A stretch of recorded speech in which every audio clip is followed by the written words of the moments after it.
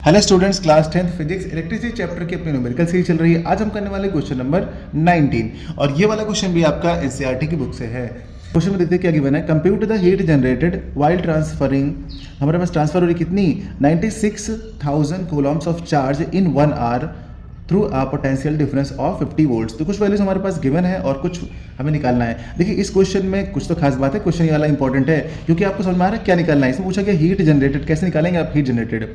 तो सबसे पहले आपको पता होना चाहिए कि एक वायर है। देखिए आपको मैं बताता हूँ इसका कॉन्सेप्ट क्या है।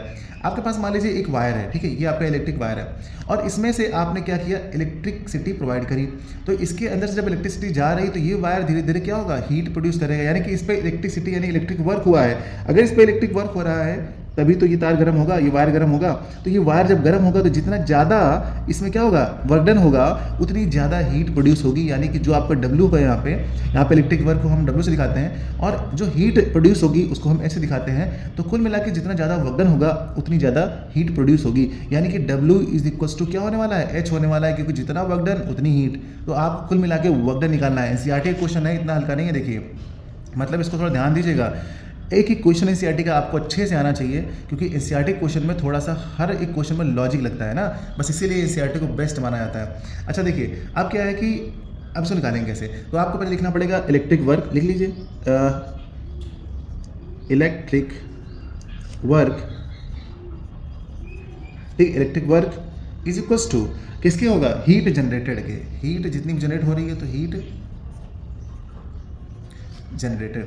एक आइडिया लग जाएगा आपको कि आखिर निकालना क्या है। पहले पता तो चल जाए क्या निकालना है, तब तो निकालोगे आप लोग। हीट जनरेटेड यानी अब आपको निकालना है W। यहाँ पे है आपका W है और ये आपका कैपिटल H हो गया, बस।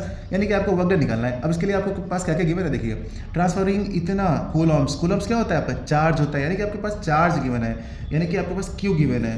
तो Q की वैल्यू कितनी है आपके पास, देखिए 96102030 और ये C दिखा देते हैं, कूलम को C से दिखाते हैं। ओके, अब दिया हुआ हमारे पास इन 1 आवर। 1 आवर का मतलब आपके पास टाइम गिवन है और टाइम कैसे लिखते हैं, टाइम इज इक्वल्स टू लिखते हैं 1 आवर। चलिए 1 आवर लिख देते हैं और 1 आवर को अगर आप सेकंड में चेंज करोगे, अच्छा चलिए मिनट में से चेंज करिए। 1 आवर को क्या करेंगे आप, 60 मिनट हो जाएगा और 60 मिनट को जब आप सेकंड में चेंज करेंगे तो कितना हो जाएगा, 60 × 60 यानी कि हो जाएगा 3600। इतना सेकेंड आपका होता है, ठीक है। चलिए आपके पास टाइम आ गया और आपने टाइम को भी क्या कर दिया, चेंज कर दिया। तो अब निकालना है आपको वर्क डन। लेकिन वर्क डन से पहले एक वैल्यू और दे रखी है, पोटेंशियल डिफरेंस। और यहाँ पर पोटेंशियल डिफरेंस को हम लोग V से इंडिकेट करते हैं, अभी इस क्लास में तो V से इंडिकेट करते हैं।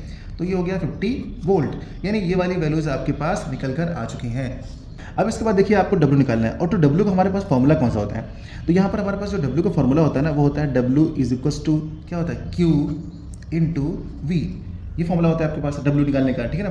तो अब यहाँ पर क्या करेंगे आप, पुट कर दीजिए वैल्यू 96,000 इंटू 50 और इसको जब आप मल्टीप्लाई करेंगे ना तो आपके पास आ जाएगा कितना, 1 2 3 और इसका 0 4, यानी कि 1 0 2 0 3 0 और ये 4 0 हो जाएंगे। 5 से इसमें मल्टीप्लाई करिए, 5 6 जा 30, 30 का आपका 0 और 5 9 जा 45 और 3 कैरी यानी कि 48।